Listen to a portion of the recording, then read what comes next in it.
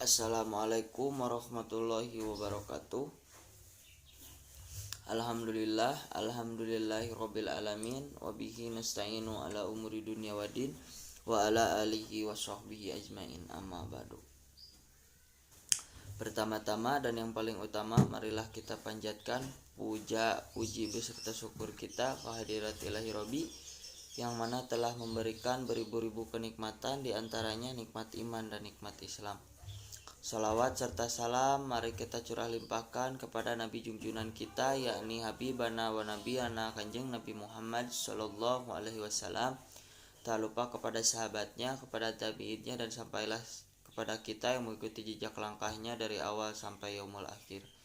Amin ya Allah ya Rabbal Alamin. Perkenalkan, nama saya Arif Purnama Yuda dengan nomor pokok mahasiswa 240621210006 dari kelas PAIB semester 2 dengan mata kuliah Ilmu Pendidikan Islam. Yang terhormat dosen pengampu Dr. Haji Hilda Aini Sipa MAG dan Dr. Randa Neneng Napisah MSI MAG. Pada kesempatan kali ini saya akan mempresentasikan kebijakan pemerintah terhadap pembinaan pendidikan Islam. Yang pertama itu ada pengertian. Hakikat pendidikan Islam adalah suatu proses yang sangat komprehensif, disusun secara sistematis terencana dalam upaya mengembangkan potensi yang ada pada diri anak didik secara optimal. Untuk menjalankan tugas di muka bumi ini harus sebaik-baiknya sesuai dengan nilai-nilai ilahiyah yang didasarkan dengan bingkai ajaran Islam pada semua aspek kehidupan. Yang kedua, ada hakikat kebijakan pendidikan Islam.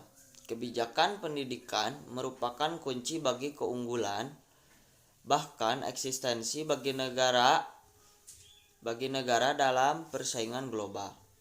Sehingga kebijakan pendidik adalah kunci bagi keunggulan. Kebijakan pendidikan merupakan ekstensi bagi negara dalam persaingan global, sehingga kebijakan pendidik yang bermutu perlu mendapatkan prioritas utama dalam pengembalian kebijakan di era globalisasi seperti sekarang. Dan yang kedua, yaitu ada ruang lingkup subtensi kebijakan pemerintah terhadap pendidikan. Yaitu ada peran, ada A yaitu peran dari Kementerian Agama, dan yang kedua ada pendidikan yang dikelola Departemen Agama atau sekarang Kementerian Agama. Dan peran Kementerian Agama setelah lahirnya Undang-Undang Nomor 22 Tahun 1999 tentang pemerintahan daerah, maka terjadi perubahan yang sangat mendasar dalam hubungan pemerintah daerah dengan pemerintahan pusat. Hampir seluruh kewenangan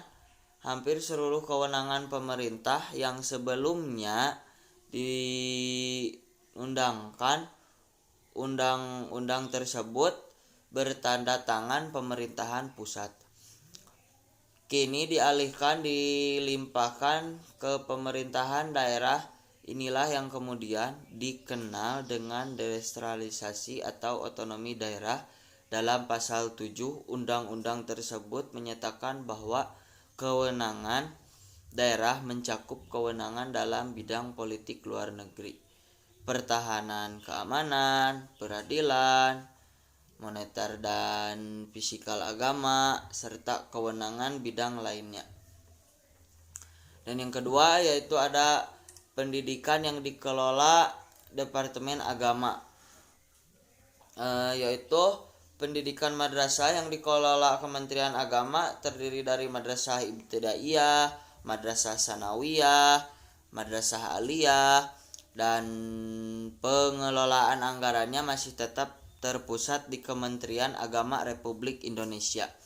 Berbeda dengan pendidikan yang dikelola oleh Kementerian Pendidikan dan Kebudayaan yang tidak termasuk instansi vertikal yang pendidikannya diserahkan pada pemerintah kabupaten dan kota. Alasannya bahwa agama tidak termasuk diotonomkan atau didesentralisasikan. Dan alasan ini perlu diberi catatan khusus ya, karena tampaknya maksud awalnya adalah kenapa urusan agama tetap dipegang oleh pemerintahan pusat. Akibatnya kedudukan madrasah menjadi tanggung, yaitu tetap dikelola oleh pemerintahan pusat secara terpusat menggantung ke atas pada saat yang sama. Dan yang sekarang yaitu ada ruang lingkup pendidikan Islam. Yang pertama ada peserta didik, yaitu peserta didik adalah seorang yang sedang berkembang, memiliki potensi tertentu, dan dengan bantuan pendidik ia menggunakan potensi tersebut secara optimal untuk menuju kedewasaan. Yang kedua ada guru atau pendidik dalam Undang-Undang Nomor 14 Tahun 2005 tentang guru dan dosen. Guru adalah pendidik profesional yang ditugas utama mendidik, mengajar, membimbing, mengarahkan, melatih, menilai, dan mengevaluasi peserta didik. Pada pendidikan anak usia dini, jalur pendidikan formal, pendidikan dasar, dan pendidikan menengah, pendidik adalah orang dewasa yang secara kodrati atau karena tugasnya untuk membimbing anak menjadi dewasa. Dan ada yang selanjutnya yaitu kurikulum. Menurut Crow, kurikulum ialah rancangan pengajaran yang isinya sejumlah mata pelajaran yang disusun secara sistematis yang diperlukan sebagai syarat penyelesaian untuk program pendidikan tertentu. Dalam Undang-Undang Republik Indonesia Nomor 20 Tahun 2003, kurikulum adalah seperangkat rencana dan pengaturan untuk mengenai itu. Dan yang keempat yaitu ada metode. Metode adalah prosedur umum dalam penyampaian materi untuk mencapai tujuan pendidik, didasarkan atas asumsi tertentu tentang hakikat Islam sebagai suprasistem, sedangkan teknik pendidik Islam adalah langkah-langkah konkret pada waktu seorang pendidik melaksanakan pengajaran di kelas. Metode dapat dikatakan juga sebagai cara atau usaha pendidik untuk mempermudah peserta didik dalam kegiatan belajar mengajar. Dan yang seterusnya yaitu ada alat pendidikan ya. Alat pendidikan itu yang pertama ada kebijakan publik di bidang pendidikan Islam.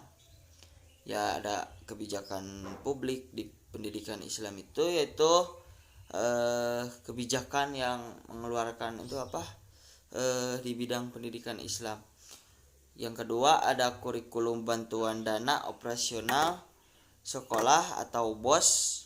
Yang ketiga ada penerapan pendidikan budaya dan karakter di sekolah. Dan ada yang keempat penerapan muatan lokal dan keterampilan sebagai mata pelajaran. Alat pendidikan adalah alat, metode, dan teknik yang digunakan dalam rangka meningkatkan efektivitas komunikasi dan interaksi edukatif antara pendidik dan peserta didik dalam proses pendidikan dan pengajaran di sekolah.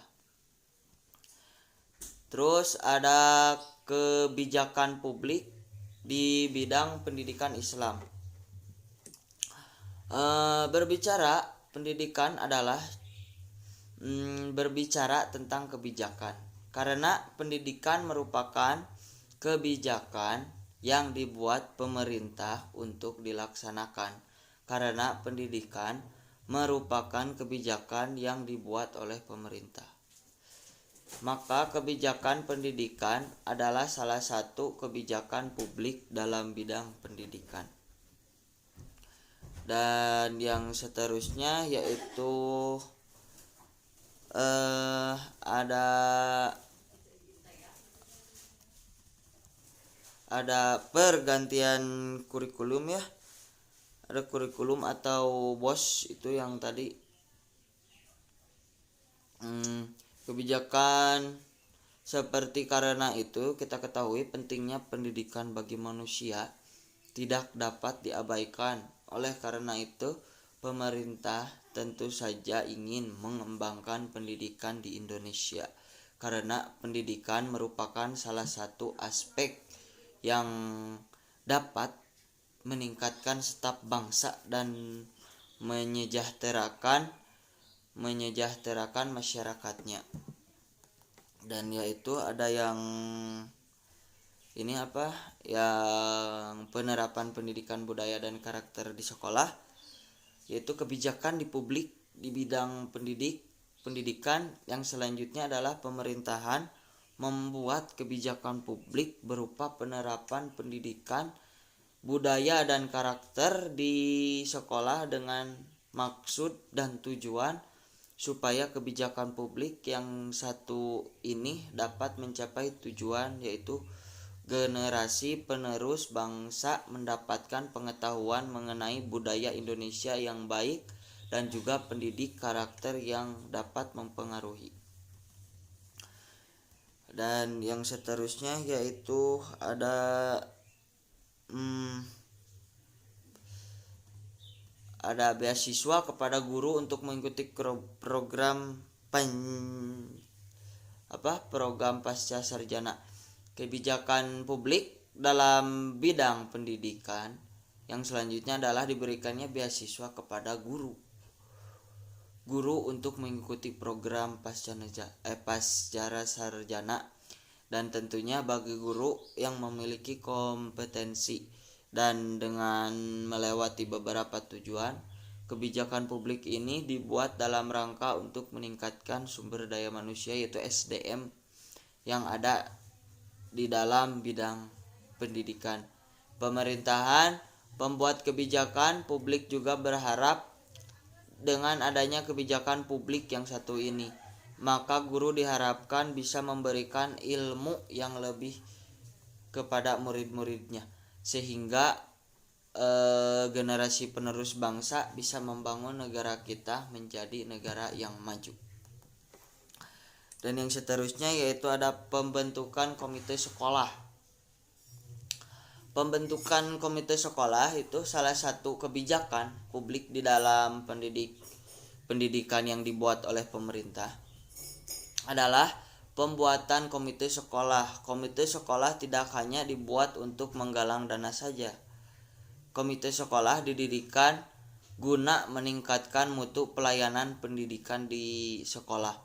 Dalam Permendikbud nomor 75 tahun 2016 pasal 3 ayat 1 juga disebutkan jika komite sekolah yang merupakan salah satu kebijakan publik itu bertugas untuk mengawasi pelayanan dalam pendidikan sesuai dengan peraturan dan perundang-undang yang sudah dibuat. Kita juga harus mengetahui mengenai struktur komite sekolah yang menjadi salah satu contoh kebijakan di bidang pendidikan. Dan yang seterusnya yaitu ada pembiayaan pendidik. Pembiayaan pendidik adalah salah satu Akibatnya pembiayaan madrasah tidak diperhitungkan oleh pemerintah kabupaten atau kota karena madrasah dianggap telah memperoleh dana dari pemerintahan pusat melalui jalur kantor wilayah Kementerian Agama provinsi dan negara.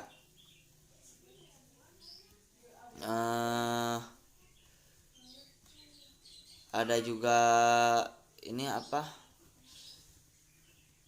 pembiayaan pendidik ya, yang tadi Kementerian Agama Kabupaten terlepas dari sumber pembiayaan vertikal bagi madrasah dan otonom daerah bagi sekolah. Sekian ya dari saya.